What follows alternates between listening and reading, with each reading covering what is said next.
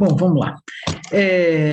Nessa aula 10, gostaria de apresentar para vocês um material que já tem quase 10 anos, mas tem sido muito utilizado aí em diversos trabalhos, monografias, né, na área de biomassa, tá?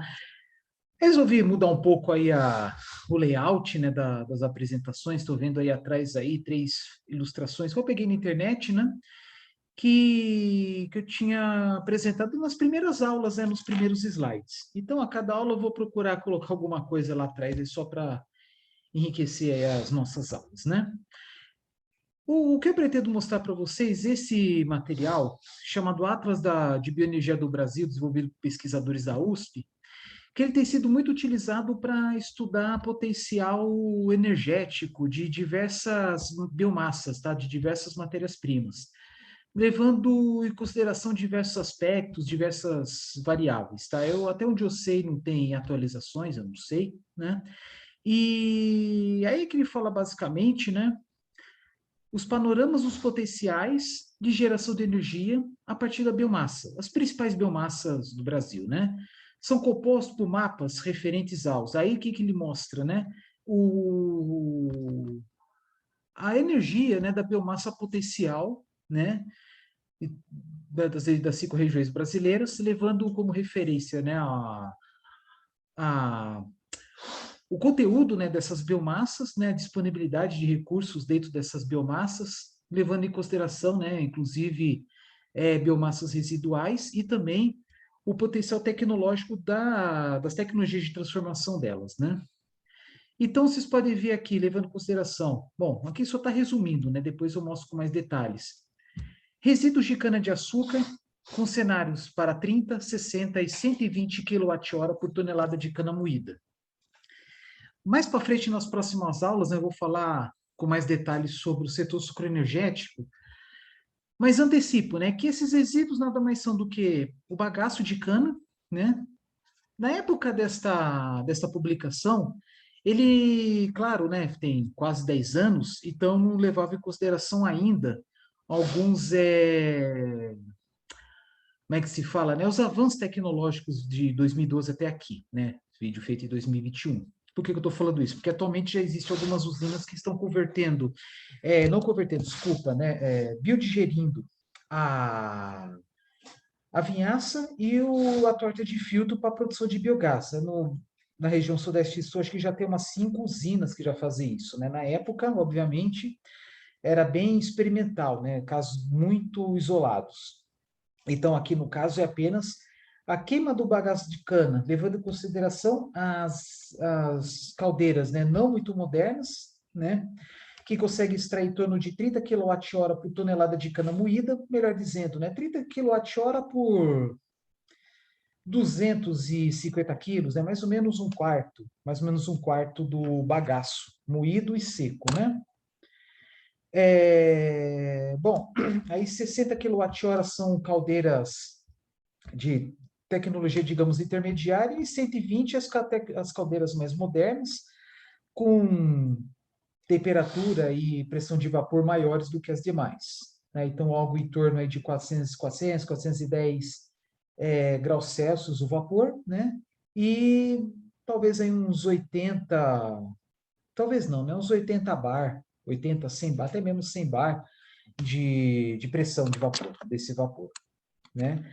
Isso aí, né, nos dá os valores máximos, tá? Máximo de 80, 100 bar e máximo de 400, vamos colocar aí 410, talvez até mais graus Celsius de vapor, né? E apesar que nessas usinas, né, também a geração de vapor de média e baixa pressão, de acordo com as suas necessidades, mas a de alta qualidade, né, as de alta pressão, como falei agora há pouco, são utilizados principalmente para geração de energia elétrica, enquanto os outros são para processos como aquecimento, né, da água, né, para extração do caldo, né, fala em bebição, né, inserção de água para moagem e também para processo de requer calor, né, como destilação, produção de açúcar, e assim por diante, tá? Mais detalhes eu comento depois. Então, tem lá as referências, né, sempre duplicando ou quadruplicando a, a energia, né, potencial ser gerada por tonelada de cana moída. Aí tem lá os resíduos florestais, considerando cenários com eficiência de 15% e 30%, na eficiência do processo de conversão da biomassa, que tem a caldeira e também a turbina a vapor. A caldeira em si, ela é altamente eficiente, as mais modernas conseguem chegar até a 92%. Só que o ciclo Rankine, o ciclo que compreende a turbina a vapor, aí alcança eficiências mais baixas, né? Quem fez termodinâmica, acho que sabe do que eu estou falando. Resíduos agrícolas, os mais diversos, pode ser palha de... Daqui a pouco vai mostrar com mais detalhes, mas alguns deles, né? Palha de arroz, sabugo de milho, casca de coco, enfim. Produção de óleo de palma nas regiões norte e nordeste, no caso a palma, né? Um produto de clima equatorial, isto é, chuva no todo, certamente vai se dar bem apenas nessas regiões. A maior produção nacional está no estado do Pará. Biogás, né, proveniente de tratamento de efluentes líquidos gerados na criação de suínos, né, que provavelmente, né, que é uma produção nacional está nelas, né, atualmente. E aqui está efluentes líquidos domésticos e comerciais, né, que é o esgoto, mas tem um potencial enorme, mas a produção é muito baixa, é bem marginal, né, são, de certa forma, um traço, né, traço no sentido assim, né, uma parcela muito pequena em relação ao potencial que ela possui. E resíduos sólidos urbanos, né? Pelo menos na língua portuguesa do Brasil, né, encara biogás, quer dizer, cara, né, o gás já tem o sanitário como biogás, mas se pega a literatura estrangeira em inglês, né, uma coisa é biogás e outra landfill gas, né? Mas, assim, a composição dos dois, né, assim, tem várias diferenças, né, mas o grosso mesmo, né, da composição é metano e dióxido de carbono.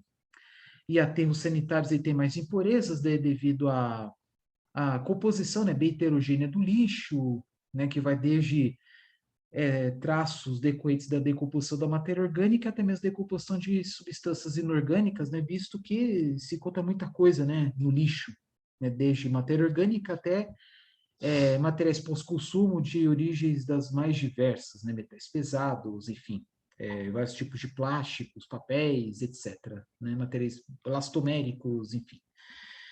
Bom, aqui é só uma introdução, né? E aqui vocês estão vendo aqui no sumário, disposto em várias regiões, e a cada região apresenta aí alguns cenários e potencial, né? Na região norte, cana-de-açúcar, apesar da cana-de-açúcar ser uma planta de clima tropical, né? Que tem uma maior produtividade, né? Isso é fato constatado. Bem mais para frente eu mostro lá, tem um slide que fala sobre isso, né? Fato constatado que a produtividade nas regiões próximas aos trópicos de Câncer e Capricórnio é maior do que na região próxima ali do Equador, devido àquela característica típica de climas tropicais, né, de estresse hídrico, e nesse caso a necessidade do estresse hídrico para fixação dos açúcares, no caso glicose e sacarose. E aí tem outros resíduos potenciais, né, que provavelmente estão em todas as regiões, né, biogás de criação de suínos, até poderia incluir aqui, né, biogás de resíduos sólidos urbanos, né, especialmente nas capitais, né, principalmente Manaus e Belém. Resíduos florestais, né, com eficiências, né, menor, com sistemas de baixa potência e baixa eficiência, e outras de potência mais alta e alta eficiência, né, típica de grandes indústrias do setor da produção de celulose, né. Resíduos agrícolas, né, em cada região aparece algumas em potencial, né, e o óleo de palma apenas na região norte e nordeste, daqui a pouco vocês vão ver com mais detalhes aí do que está falando, né. O que seria tal do óleo de palma? Então, nós estamos falando do óleo em si para a produção de biodiesel ou do resíduo, né, do fruto, né, do dendê. Vocês vão ver daqui a pouco. Aqui, no caso, região sudeste está semelhante, igual, né, desculpa, da região centro-oeste e região sul também, né? E aqui, né, já com o Brasil, não em regiões, né, do país, né, potencial da produção de biogás, já tinha mostrado anteriormente, né, proveniente de dejetos de suínos, e aí tem dejetos, esgoto, né, e resíduos sólidos urbanos. Bom, existem publicações que mostram aí o potencial da produção de biogás no Brasil, né, o biogás aí pode ser utilizado tanto para ser consumido aí em sistemas de geração de energia elétrica, né, por exemplo, ser queimado, né, ser consumido em turbinas a gás, né, acoplado a geradores, ou também, né, até mesmo queimado em caldeiras para gerar vapor, né, em turbinas a vapor, ou que ser consumido em motores de combustão interna. Só que no caso do motor de combustão interna, recomenda-se que biogás seja purificado e aí haja uma conversão do biogás e biometano, porque o biogás, a composição dela varia, né, de acordo com a matéria-prima e de acordo com o processo, o tipo de biodigestor. Mas, a grosso modo, vocês podem conferir aí nas literaturas por aí, né, em média 60% do biogás é biometano, 60% do biogás é metano, mas varia muito entre 50% e 70%, né? E em torno de, vamos colocar aí 20% a 40% CO2, né? Dióxido de carbono. Aí depende, né? Se for pensar em biogás como fruto da biodigestão de dejetos de suínos, de aves, claro que depende muito da dieta, da idade, né, dos animais. E, a grosso modo, né, os dejetos de suínos são biodigeridos em biodigestores chamado tipo marinho canadense, então dificilmente vai ter traços consideráveis aí de outras substâncias além do metano e CO2, né? Pode ter aí um pouquinho de hidrogênio, um pouquinho aí de até mesmo N2, O2 aí, se tiver uma introdução indesejada do ar, né? Ou até mesmo etano, propano, butano, mas algo assim irrisório, né? Desprezível.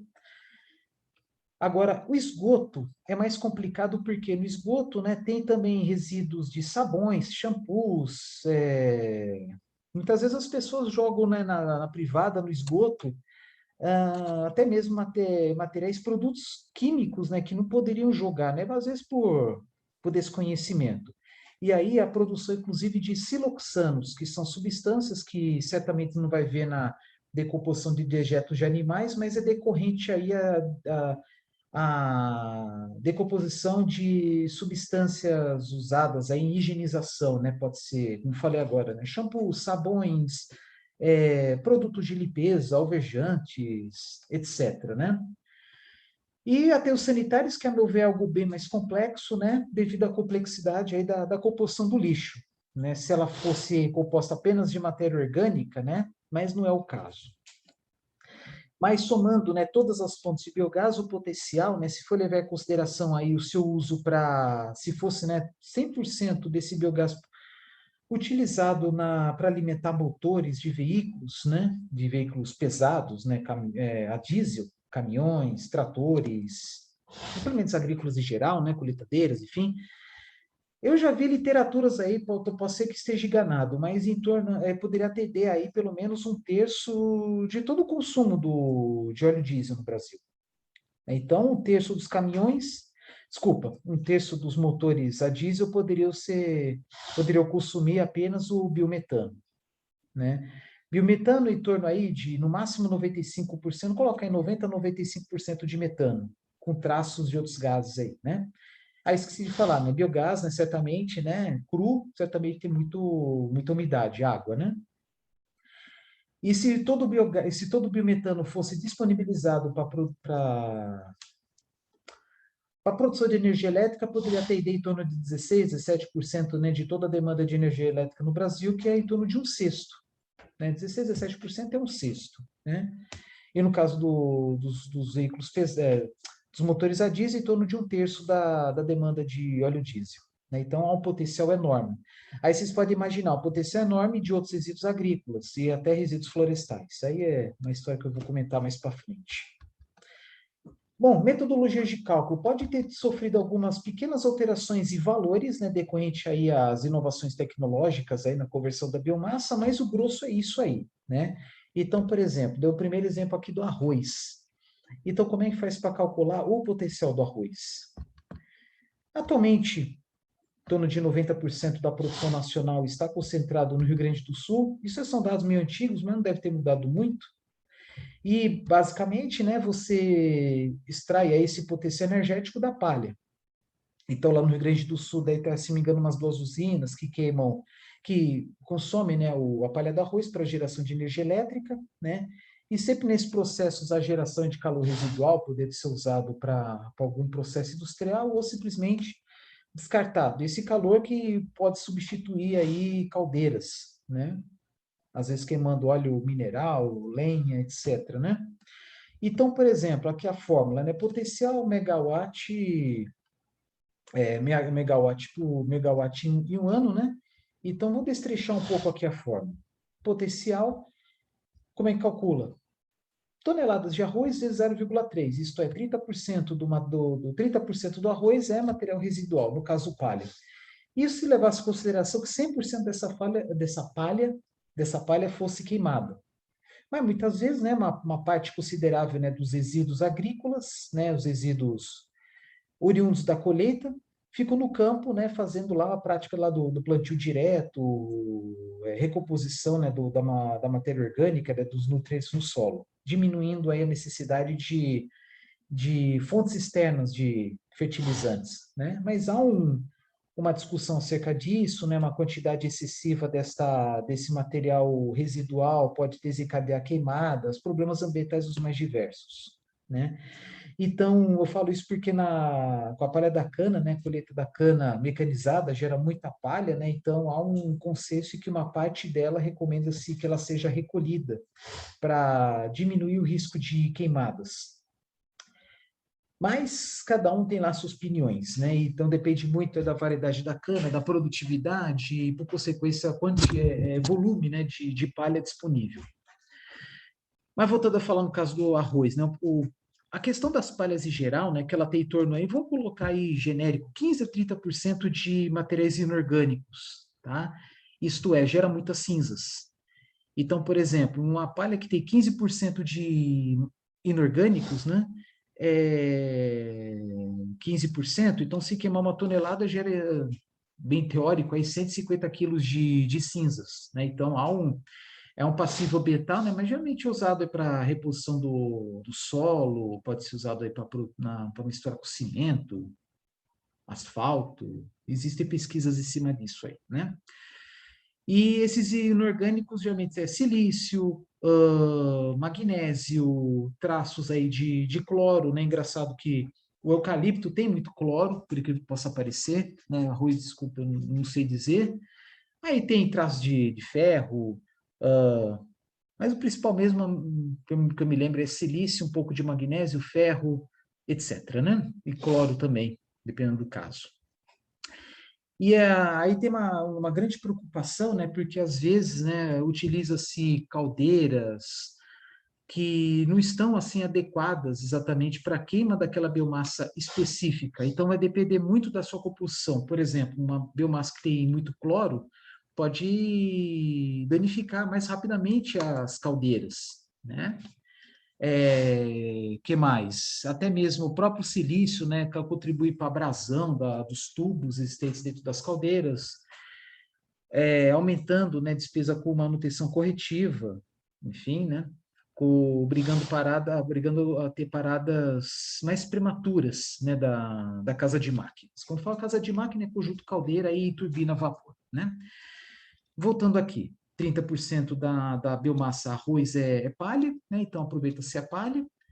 Poder calorífico inferior, aqui é dado em quilocaloria por quilo, né? Mas tem lá os fatores de correção, aqui vezes 0,15, 15% de eficiência, né? Isto é, 15% do poder calorífico é efetivamente convertido em energia elétrica, dividido por, aqui aparece, né? 860, né? Que é conversão, né? De quilocaloria quilo para quilowatt-hora quilo, vezes 8.322, que é o número, digamos aí, de horas de operação por ano, até embaixo está falando aqui, se a operação ocorrer em 95% das horas anuais. Mas é claro que isso depende principalmente da disponibilidade de biomassa. Então, é um cálculo que precisa ser modificado de acordo com a situação da planta industrial, da usina, do local, né?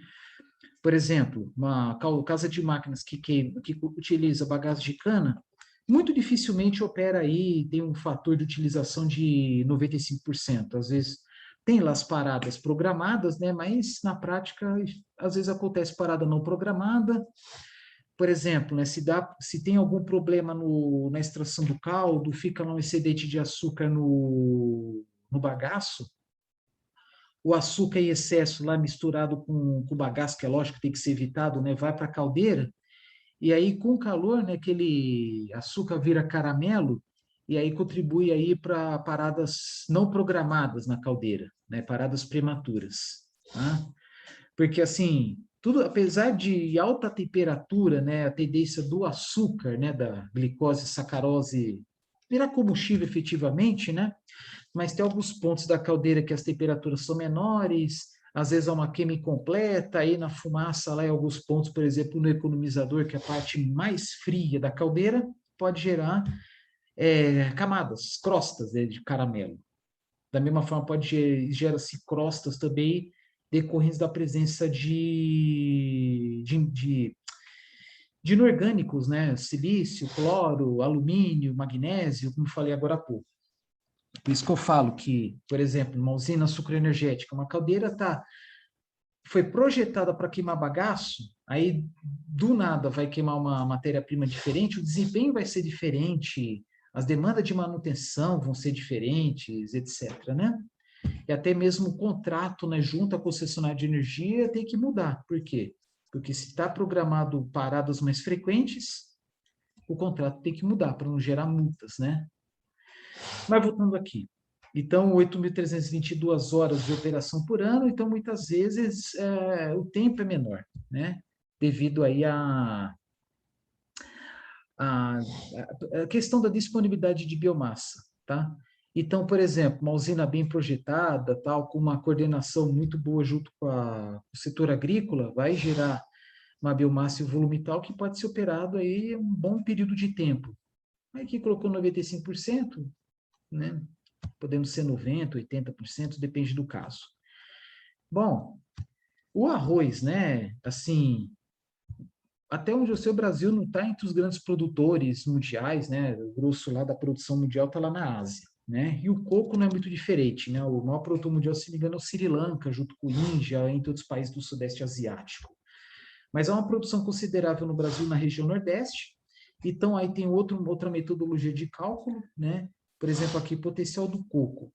1.000 frutos vezes 500 gramas, né? Dividido por 1.000, aí vezes 0,6, né? Considerando aí 60% do coco é material residual, né? Que é a palha, casca, enfim. Aí tem o PCI, né? Aí tem que ir em tabelas, que nem do arroz, como qualquer outra biomassa, vai nas tabelas aí, pega o poder calorífico inferior, vezes 0,15, considerando a eficiência da casa de máquinas de 15%, aí o denominador é igual do arroz, né? Aí fazendo cálculo, voltando aqui, por exemplo, do arroz, toneladas vezes quilocaloria por quilo, né? Deixa eu ver, fazendo cálculo aqui, massa vezes energia sobre massa fica energia dividido pelo tempo, né? Então seria unidade de energia por tempo, que é potência, tá? E o outro aqui do coco, entre outros, é a mesma coisa, né? Massa vezes PCI, no caso, né? Energia sobre massa vai dar energia, energia dividido pelo tempo, tá? Potência.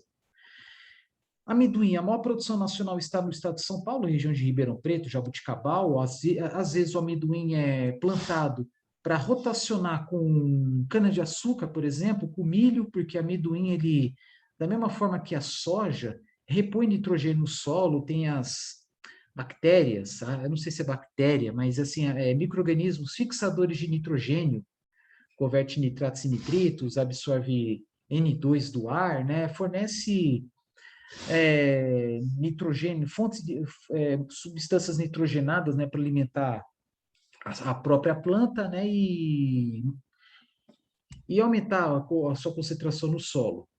Então, por exemplo, um cultivo aí alternado cana com amendoim são em torno de 5 anos de cana com 1 ano de amendoim. Aí, no caso da soja, pode ser 1 ano amendoim, 1 ano soja, enfim, né, embora o ciclo da soja seja bem curto, né? Alguns meses. Amendoim, eu não tenho certeza, acho que sim também. Bom, e aqui está o potencial, né? Muito parecido com o arroz, né? A massa de amendoim vezes 0,3, né? Que considerando 30% da massa da planta, né? 30% é material residual, mas cai naquilo que eu tinha comentado antes. É uma discussão junto ao engenheiro com o agrônomo tá? O engenheiro, por exemplo, de energia, com o agrônomo, para discutir qual vai ser a proporção que fica no campo e outra que vai para ser consumida, né, nas caldeiras. Tá? Vamos lá. Óleo de dendê é uma produção nacional, está no estado do Pará, ele também é uma fonte de biodiesel, né? Então, vamos lá. O fator de conversão energética para o dendê é de 0,78 megawatt-hora por tonelada de óleo. Então, nem fala do fruto, né, do material seco, né, porque é o fruto, extrai o óleo, não fala do farelo. Né? Então, fala apenas do óleo. E no dendê tem o óleo da polpa e o palmiste, que é o óleo da semente, que tem uma composição bem diferente. Tá? Aí está levando em consideração a possibilidade de extrair óleo de dendê para queimar na casa de máquinas e gerar energia. O óleo de dendê, assim, um valor bem teórico, é uma das plantas com maior produtividade, tá? Provavelmente no Brasil, né, a fonte de biodiesel com maior produtividade é aqui, ó, 5 toneladas por hectare, por exemplo, ao contrário da soja, que é menos de 1 tonelada de óleo por hectare. Desculpa, menos de 1 tonelada, né, do grão por hectare, vezes 0,78 megawatt-hora por tonelada, né? Pode ser que o número tenha aumentado, né? Só que até onde eu sei, né, não é muito comum extrair óleo de DD para geração de energia, a não ser em sistemas isolados, né, em locais aí onde não são atendidos pelo Sistema Interligado Nacional. Aí serve como uma ótima alternativa ao óleo diesel mineral. E aí também mesma coisa coloca, né, 95% das horas anuais, né, mas tem locais aí que as usinas atendem só durante o dia,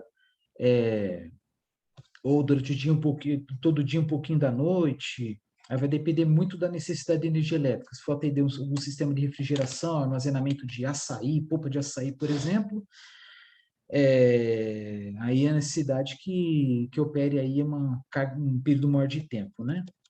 Bom, cana-de-açúcar, né, como disse, né, depende da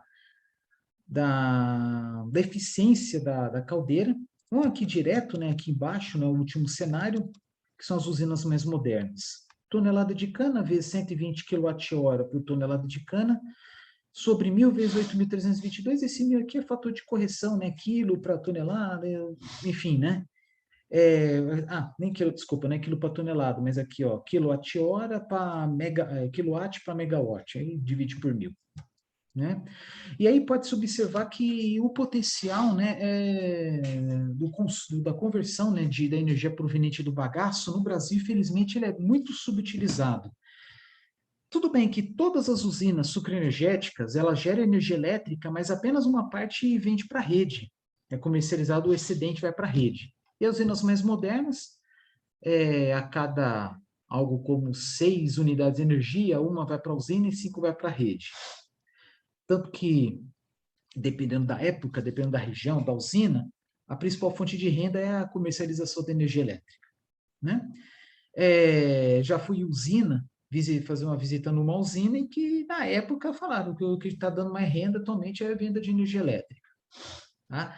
Mas isso depende da localização da usina, às vezes não compensa investir, visto que a linha de transmissão mais próxima é muito longe, os investimentos, né, para criar um ramo, né, da usina até a linha de transmissão mais próxima, às vezes os custos são altos, etc. Tem que levar tudo isso em consideração. Não é à toa que, no caso, a região Sudeste Sul, especial Estado de São Paulo, é o que possui assim, a maior proporção de usinas comercializando energia elétrica à rede. Tá? Apesar de não ser a fonte mais barata, no momento, né, as mais baratas, né, estou gravando esse vídeo aqui, 2021, a geração eólica é seguida pela fotovoltaica, né, entre as usinas novas, não as consolidadas, né? Mas mesmo assim, né, a energia gerada pelo bagaço de cana, mais para frente eu vou falar sobre isso, é uma energia confiável que é gerado, a maior parte dela é gerado justamente no período em que chove menos, né, onde o nível dos reservatórios, né, das usinas hidrelétricas está mais baixo. Então, é uma alternativa aí às termoelétricas a gás, óleo mineral, carvão, etc., né? Ou importação de energia da Argentina e Uruguai. E o potencial explorado é muito baixo. Se todas as usinas, que é em torno de 400 no Brasil inteiro, em especial Sudeste e Sul, Quando falo Sudeste e Sul, inclusive Mato Grosso do Sul, Goiás e Mato Grosso. Se todas elas tivessem instalações, as casas de máquinas mais modernas, onde pode-se considerar esse cenário 3, aí, o potencial de, que está até errado, né? 120 kWh por tonelada de cana, poderia produzir 6 vezes mais energia, tá? Eu não tenho fonte aqui de cabeça, mas se procurar, vocês encontram na literatura, tá? Então, é um potencial muito, digamos, reprimido, né? Daria para produzir até mesmo 6 vezes mais de energia elétrica, né? E as próprias usinas não necessitando dessa energia adicional, então seria apenas para injetar na rede. Mas falta aí incentivos dos mais diversos aí para estimular aí a construção de novas casas de máquinas ou modernização das já existentes, né? Isso sem considerar o aumento na expansão dos canaviais, né? Nem está se levando isso em consideração.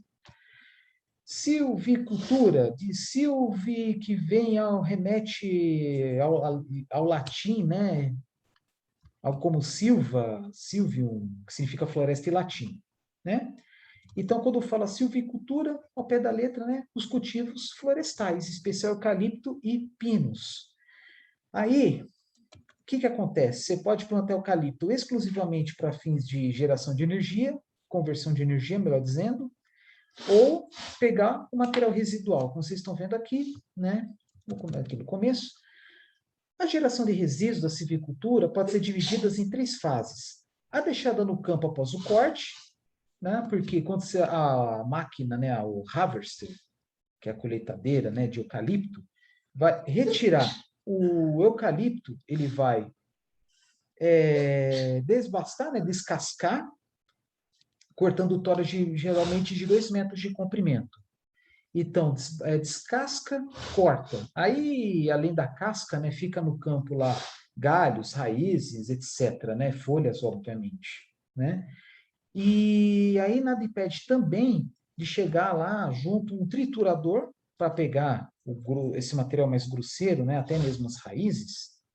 Embora durante o corte o harvester tem uma serra, né, então quando retira, né, ele não arranca a árvore por completo. Mas enfim. E aí tem o percentual deixado no campo após o corte, 15%, né? A do preparo da madeira, 50%, e gerada na indústria moveleira, 20%. Né? Considerando que uma parte do eucalipto vai para a produção de celulose, uma parte considerável vai para a indústria moveleira, construção de casas, móveis, moveleiro, já falei, né? Que mais? Mourões, as instalações agropastoris, né? Neste estudo, os dados fornecidos pelo IBGE, com esse poder madeira e tora já processado, o resíduo computado é apenas o resultante do seu processo, a fase anterior do campo, aí tá, né? Ele considerou aí 15, 30% rendimento da casa de máquinas, né? O dado é fornecido por metro cúbico de madeira e tora, se é necessário converter esses valores para tonelada, e aí coloca uma relação até alta, né? Uma densidade de 0,68. Claro que depende da madeira, mas eucalipto é mais ou menos isso mesmo, pinos é menos, talvez aí a metade disso. Apenas madeiras muito, muito duras, como a aroeira, possuem uma densidade acima de 1, tá? Acima da água, por incrível que possa parecer. Mas no caso, as variedades de eucalipto disponíveis aí para indústria de celulose, para fins energéticos, é mais ou menos isso mesmo, tá bom? Então, vamos lá, resíduos de madeira em tora, aí tem que prestar atenção, né, tem mais detalhes, né, prestar mais atenção na leitura, mas vocês estão vendo aí os vários cenários de cálculo de potencial, não sei se estão vendo aqui, tonelada de madeira vezes 0,5, por que 0,5? Levanta-se conta apenas os resíduos gerados na fase de processamento, que é 50% do peso total da madeira em tora. O PCI do eucalipto, por exemplo, vezes 0,15, e o denominador é 860, né? Como disse anteriormente, fator de conversão, né? De quilocaloria por quilo para quilowatt-hora por quilo, e 8.322 horas carga horária anual, né? 2 cenários, 15% e 30% de eficiência. Efluentes líquidos, né? Dejetos suínos, Aí leva-se em consideração a massa anual de metano, 30 dias, vezes número de cabeças, aí varia, né? Um suíno novinho, né? Juvenil, outro adulto, aí tem lá a matriz, né? Assim por diante. Aí tem a questão também da nutrição. Aí vamos lá, 30 dias vezes número de cabeças, vezes ET, esterco total, quilo de esterco por dia, unidade geradora. Né? Geralmente aí depende do. Quando eu falo unidade geradora, pode pensar, né, no não, desculpa, aqui está o número de cabeça, né? Então, a unidade geradora é o animal, né? É o suíno. PB, produção de biogás, quilo de biogás por quilo de esterco, você encontra na literatura. Vezes concentração de metano no biogás, né? Vamos colocar a média 60%. Vezes 1 sobre VE, ou V elevado a menos 1, volume específico de metano. Quilo de CH4 sobre metro cúbico de CH4, né? O metano ele é uma densidade abaixo da do ar, tá? Sendo este igual a 0,67 quilos por metro cúbico. Né? Do ar é o dobro, em torno de 1,3. Tá? Geralmente, a biodigestão dos resíduos biodigeríveis, né, que aqueles são muito úmidos, aquados, como esgoto, efluentes industriais, alguns efluentes orgânicos efluentes industriais, como em especial os orgânicos, e efluentes de suínos, como estão vendo aqui, entre outros, né, até mesmo de bovinos, que são aí confinada,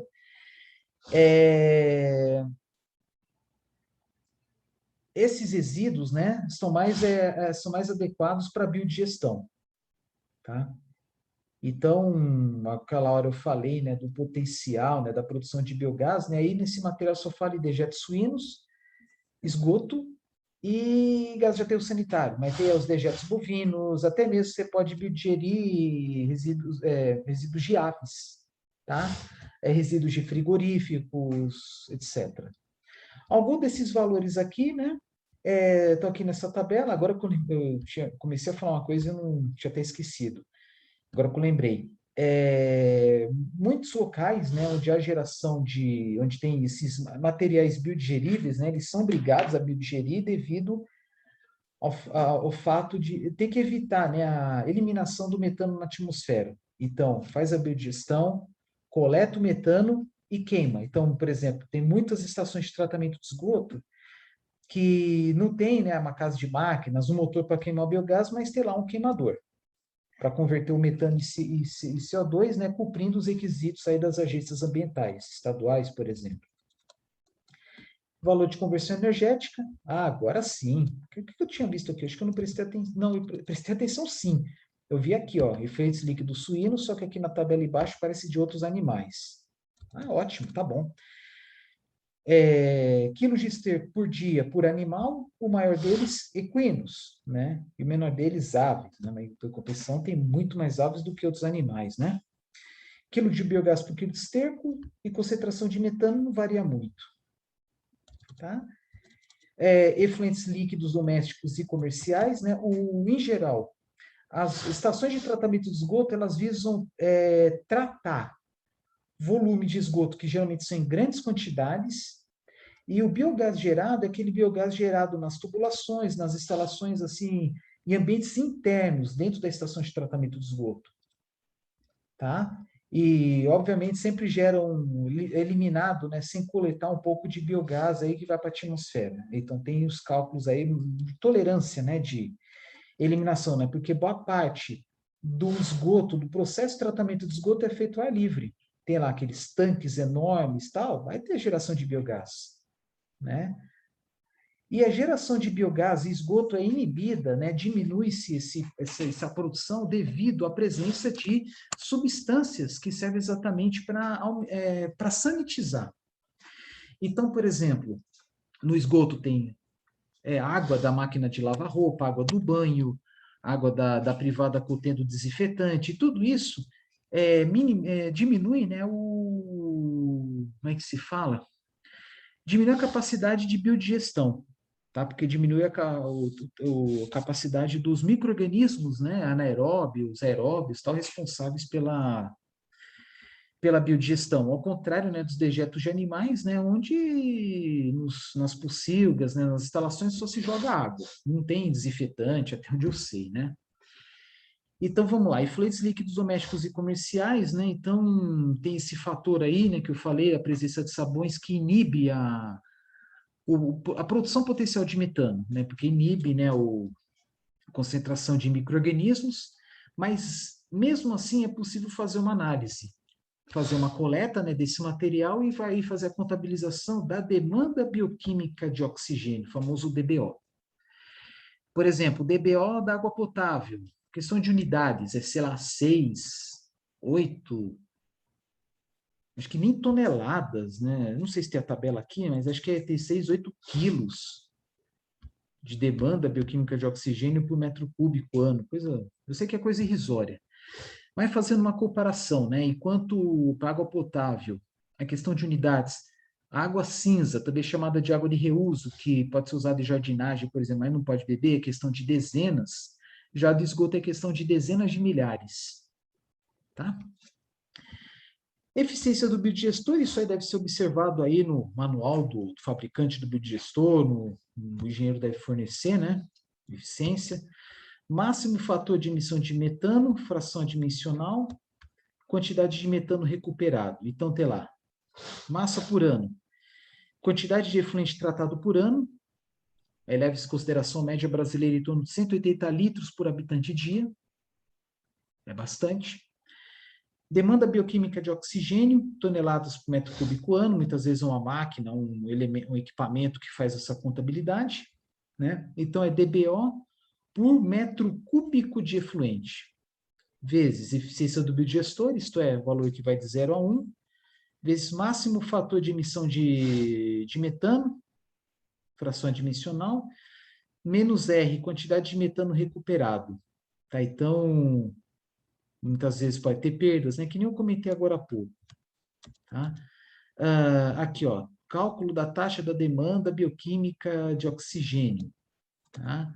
Então, aqui, ó, a geração de carga orgânica equivale a 0,5 quilos de DBO por habitante por dia. Né? Então, segundo esta norma, são usados aproximadamente 160 litros de água por dia, falei 180, ok?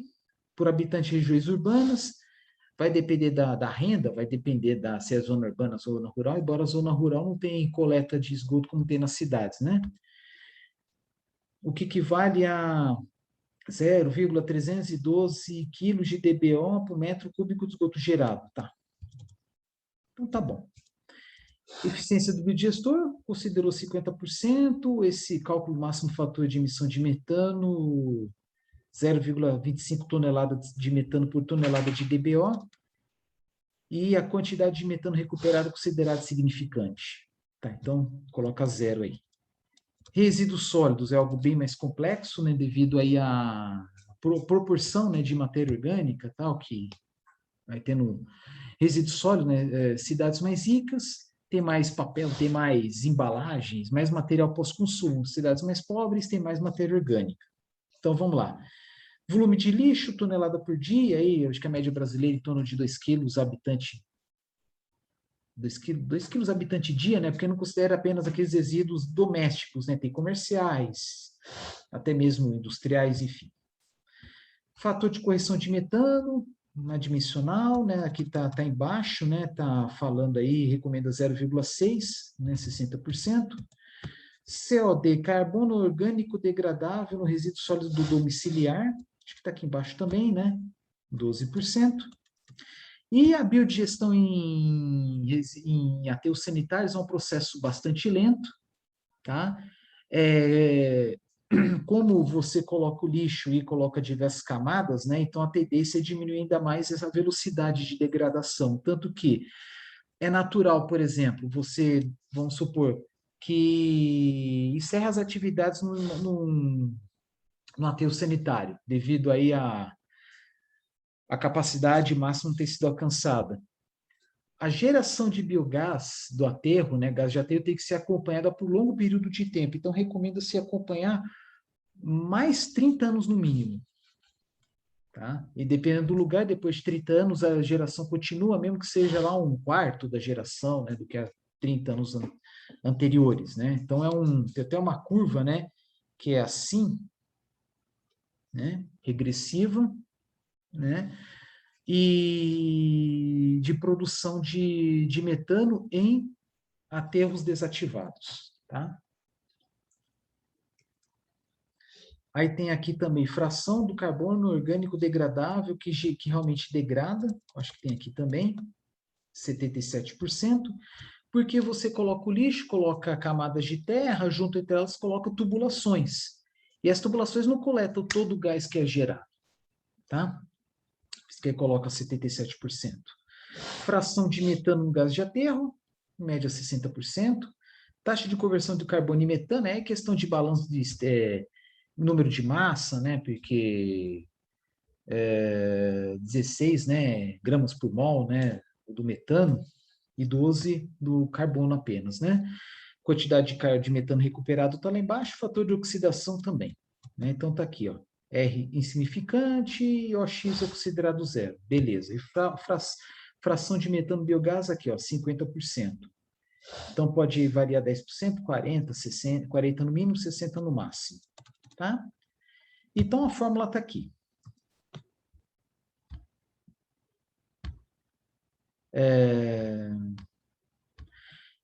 Essa aí foi a metodologia de cálculo, que eu acho que é mais importante mostrar. Os resultados é rapidinho, né? São mapas, né? São por cores, né? Algo totalmente visual.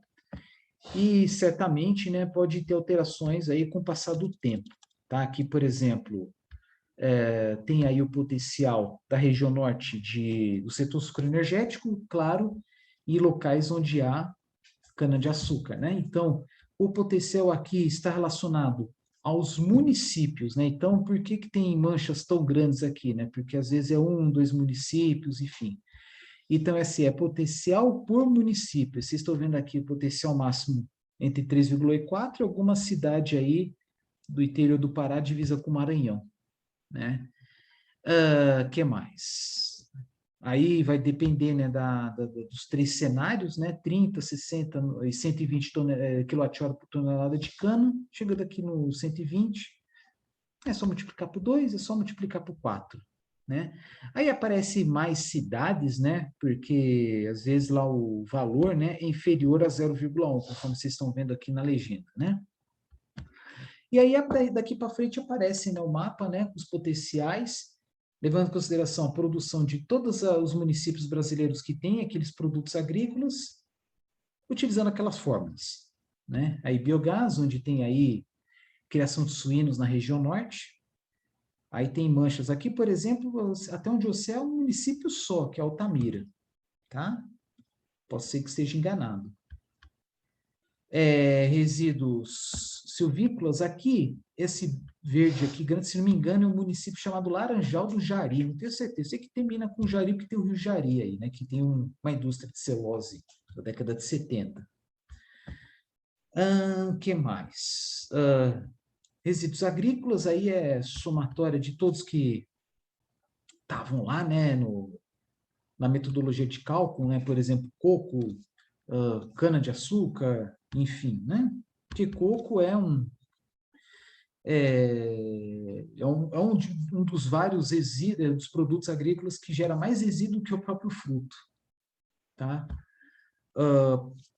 Claro que sentimos falta de várias culturas, né? Poderia colocar aí algodão, em torno de 40% da pluma é caroço, tá? Uma parte dela pode ser extraído óleo, tá? E o restante farelo para alimentação animal, tá? Dendê, né? A maior parte no Brasil está aqui nessa região aqui do estado do Pará, tá? E acho que mais ou menos 1, 2% da produção nacional de biodiesel vem do óleo de dendê, né? Aqui no caso, região Nordeste, né, o forte aqui, setor sucroenergético, principalmente aqui Zona da Mata, Agreste, aqui entre Rio Grande do Norte e Sergipe. Aí tem 3 cenários, né, para o setor sucroenergético, né, que nem na região Norte. Suínos, tá? Aí, claro, tem alguns animais, né, aí o região Nordeste é campeão nacional de caprinos. mas aí é criado no campo, então não há necessidade de coleta, né, de dejetos, tá? Que nem nas criações confinadas. Silvicultura, o grosso está aqui no sul da Bahia, né?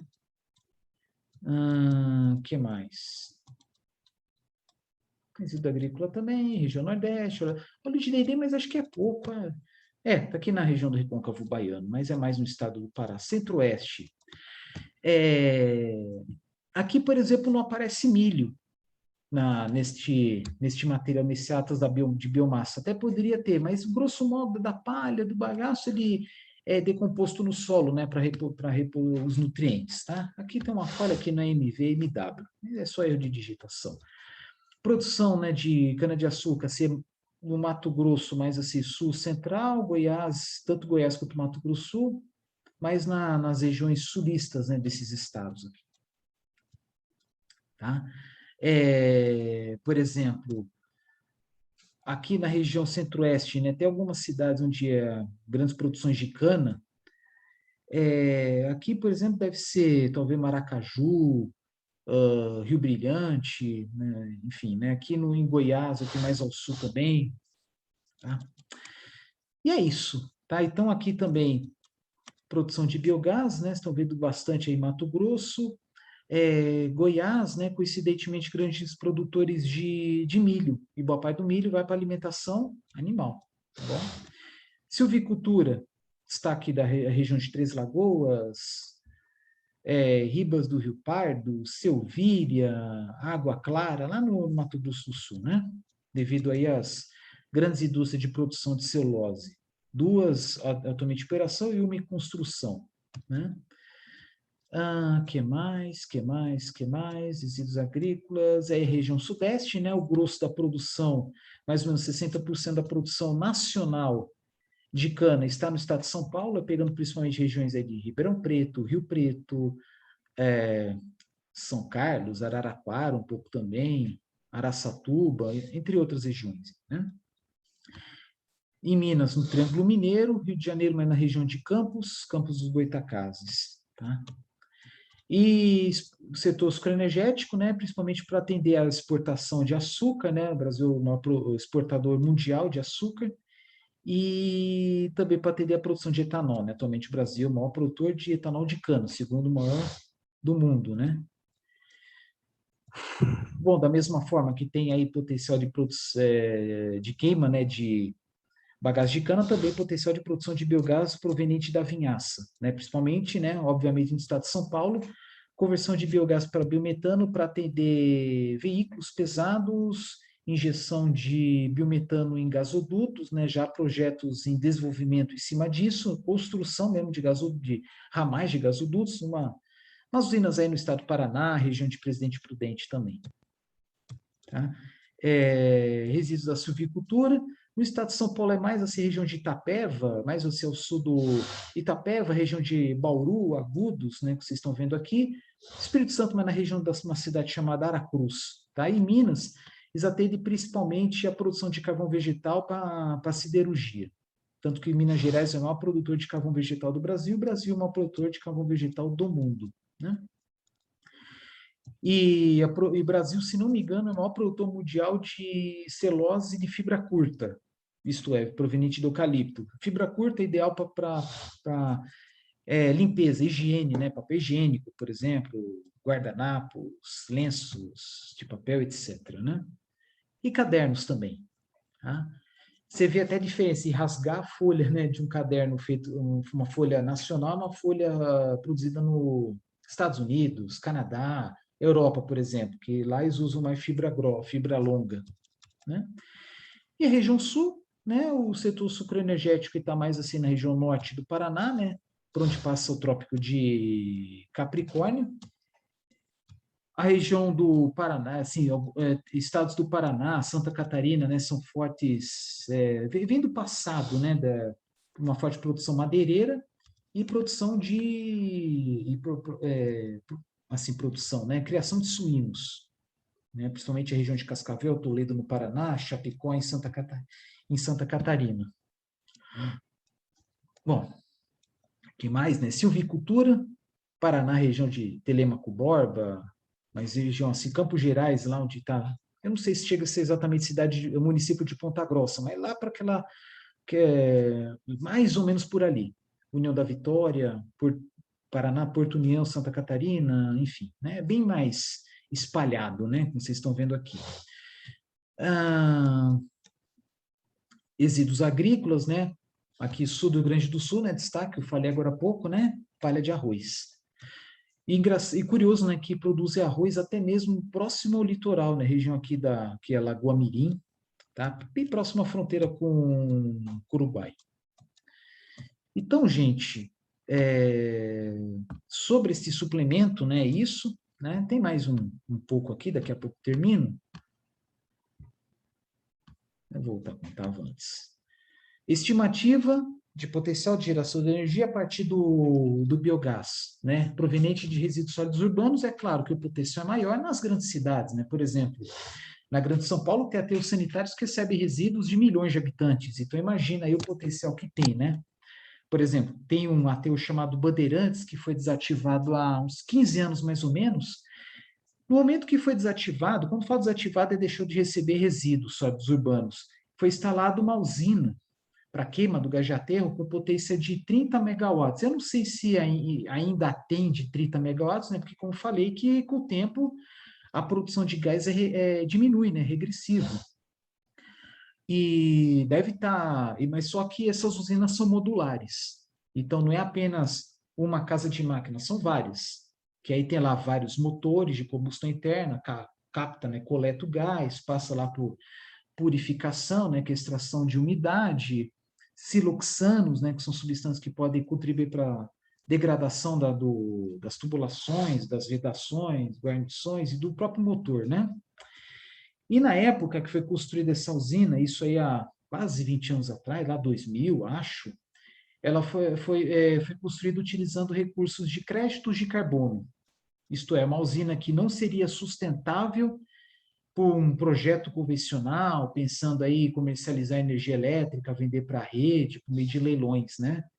Aqueles leilões A-2, A-3, A-4, A-5, A-6, não seria viável economicamente, mas tornou-se viável graças a um suporte financeiro se não me engano, da Holanda, do governo da Holanda, que quando eu falei créditos de carbono, acho que mais para frente eu pretendo falar isso, né? É para suprir, né, aquela demanda de emissões, né, que deveriam ser evitadas no país de origem e investe-se aqui, né, para compensar, né? Então, os créditos de carbono, né, são valores cotados em bolsas de valores, né, lei da oferta e da procura. Esse vídeo está sendo feito em 2021. Até a última vez eu vi aí que a cotação no mercado europeu está bem alto, bem mais alto que na época da construção dessa usina. A construção dessa usina falava em torno de 20, 25 euros a tonelada de CO2 equivalente. Agora fala em algo quase o triplo, entre 60 e 80 toneladas, né? Porque tonelada de CO2 não, desculpa, 60 euros por tonelada de CO2 equivalente, que são mercados assim de emissões evitadas obrigatórias, né? Não são voluntárias. Voluntárias já é uma cotação muito mais baixa. Mais para frente explico melhor. Vocês estão vendo aqui, está muito pequeno, né? Mas é decorrente aí às áreas, né? Cada um dos municípios, mas os maiores potenciais estão aqui, obviamente, né? Município de São Paulo, Rio de Janeiro, Brasília, aí menor teor aí Salvador, BH, Belo Horizonte, Fortaleza, assim por diante, né? E certamente, né, que os aterros, tem aterro que não atende apenas um município, atende vários, tá? Nada impede, por exemplo, de construir aterro sanitário atendendo várias cidades menores do interior, né? Então, há uns 10 anos atrás, foi criado aí o Programa Nacional de Resíduos Sólidos com o intuito de estimular, né, a desativação de lixões e aterros controlados para a construção de aterros sanitários, né? Só de curiosidade, essa mancha amarelada aqui, que é uma mancha grande, né, é o município de Manaus. E esse aqui que parece um gancho aqui enorme, apenas um município, que é Porto Velho. Esse aqui mais longo é Campo Grande, porque tem municípios que são extensos, né? Bom, Aí biogás proveniente de efluentes, né? Aí certamente São Paulo, Rio, Brasília, né? Sempre proporcional à população, né? Aí mesma coisa, eles estão vendo aqui uma grande área aí, que é apenas um município, que é Porto Velho, mais para cima aqui, né? Estado do Amazonas, no caso aí, Manaus, e assim vai. Cuiabá, Campo Grande, Goiânia, assim, talvez, eu não sei se é Uberlândia aqui, enfim. Bom, acho que basicamente é isso, tá? Não vou falar muito para o vídeo não ficar muito longo, né? Mas sobre cálculo de potencial de biomassa, né? É basicamente isso. Eu não sei se alguns de vocês já viram disciplinas anteriores aí como energia da biomassa, mas eu achei relevante falar aqui. É isso aí, né? Acho que eu tinha prometido, não lembro se eu tinha prometido no vídeo anterior começar a falar sobre cana, né? Setor sucro energético. Eu vou falar, iniciar no próximo vídeo, tá? Grande abraço.